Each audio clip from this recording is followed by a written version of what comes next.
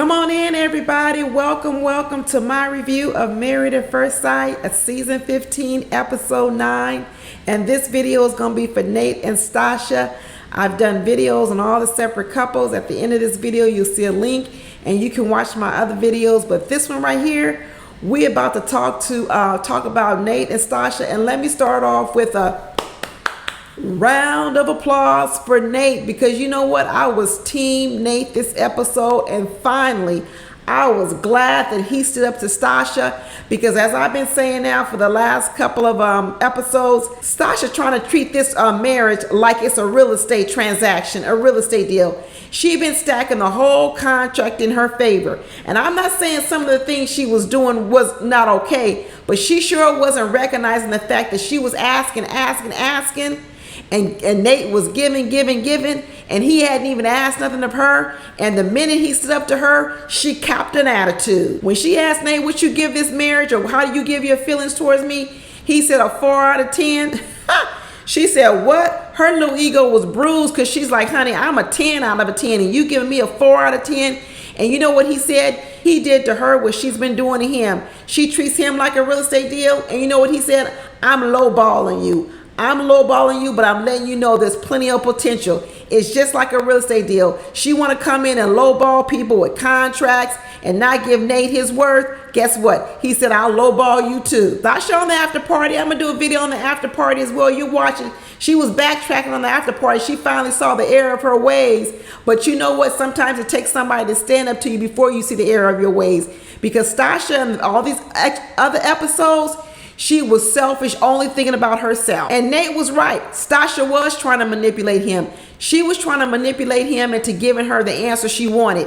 And this is what I talk about people with walls. You set yourself up to be lied to, because the truth of the matter is you really can't handle the truth. That's why you got the walls up, because you're too vulnerable. You're too weak on the inside. You can't handle the truth. And what she was saying was she can't handle the fact that Nate wasn't ready to tell her that he loved her. Whether he really loves her and didn't want to tell her, or whether he really don't love her, whatever it is, she wasn't ready for it. She can't handle it. So she was trying to twist it around all kind of ways, saying, "Well, Pastor Cal said commitment is love.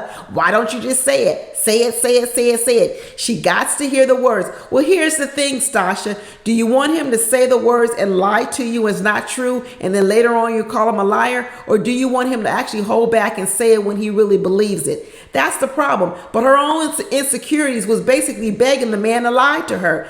She was basically saying, "I don't care about what the truth is. I just need to hear the words because I feel so insecure. I want you to lie to me." These are the same women that later on will come back and call the man a liar when they're the ones that beg for the lie. One thing I was proud of both of them, they even complimented each other that they didn't get too out of hand. They didn't start yelling and screaming and fussing and fighting. And even Stacia said she was yelling and screaming on the inside.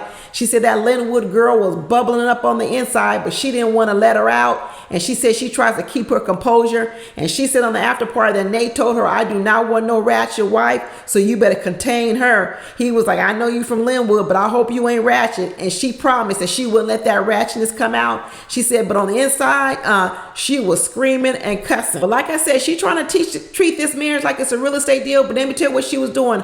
She was bluffing. She trying to act like the deal is off the table if Nate doesn't say something to her by a certain time.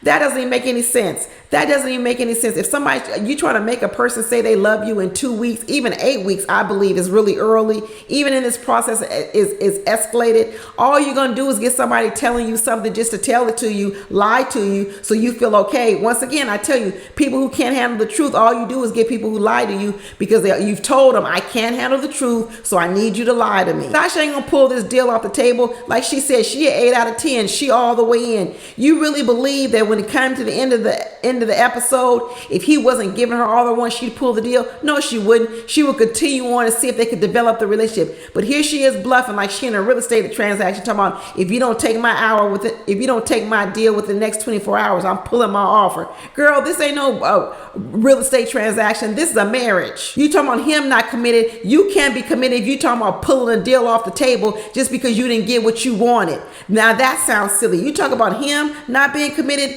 what you just said about pulling a deal off the table, a whole marriage off the table, you sound like you not committed. And Stacia may have all this financial intelligence, but you know what? I'm going to give the prize to Nate of having more emotional intelligence, because he actually had to tell her own feelings. When he told her, what are you afraid of? I'll never fall in love with you. She said, yeah. And he was like, well, why don't you just say that? Because they can't say it, Nate. Women with walls can't say it. They can't say what their true feelings are. What they got to do is they got to dance around and say these other things, get mad, but never tell their true feelings because they're so afraid. Cause all this mess because they can't just say what they really feel. It's irritating. I'm telling you. This is why women with walls find it really hard to be in relationships, because they burn people out. I'm telling you, women, if you out there and you got walls, you really need to work on them, because you got a lot of men who might want to be with you, but they're saying bye-bye, bye-bye, bye-bye, because people don't want to climb over all these walls you have. It really is just too much. It's not for people to knock down your walls. It's the work for you to do.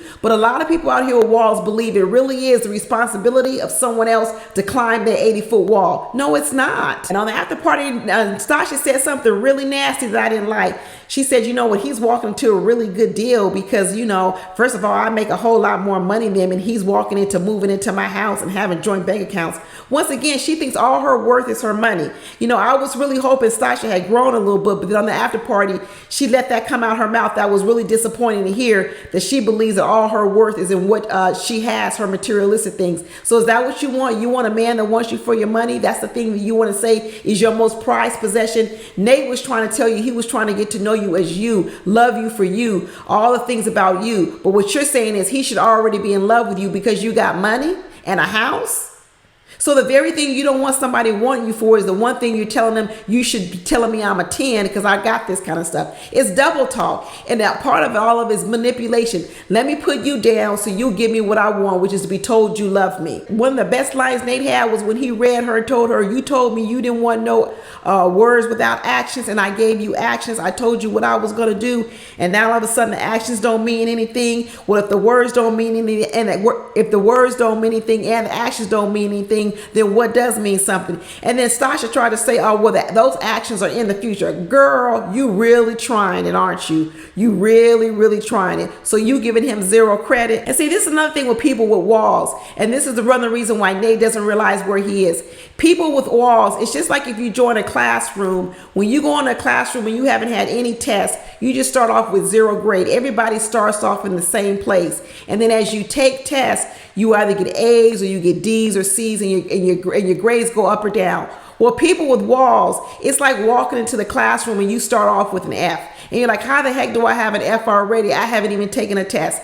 That's what people with walls do. They actually start you off with an F. They don't start you off with no grade. They start you off with an F. So when you think you're doing all these things and you're saying, oh, I didn't hit all these A's, I should have an A score. They say you don't have an A score, you have a C score. Well, how can I have a C score and I've got no A's? Because what they haven't told you is, well, I started you off with an F. So although you got all these A's afterwards, when I averaged out with your F, you still only at a C level. And that's what people with walls do to you. No matter how hard you try, no matter how much work you do, you don't get full credit. You only end up being a C. And that's what Nate was saying. I'm tired of working this hard for you and only being a C student in your eyes. Nate did really, really well. And I'm going to tell you, Stacia ain't letting Nate go. She not that dumb. She going to go home and think about it. She going to punch it in her computer. She going to realize I'm 37 years old. I found a man who wants to fall in love with me, who wants to build a life with me, gonna give me the babies and give me the family I want. I guess I can't wait another 4 weeks for the I love you, or however long it takes. It's probably gonna come sooner than that, but I guess she figured out, I guess I can't wait. I better go over here and sit down in the corner.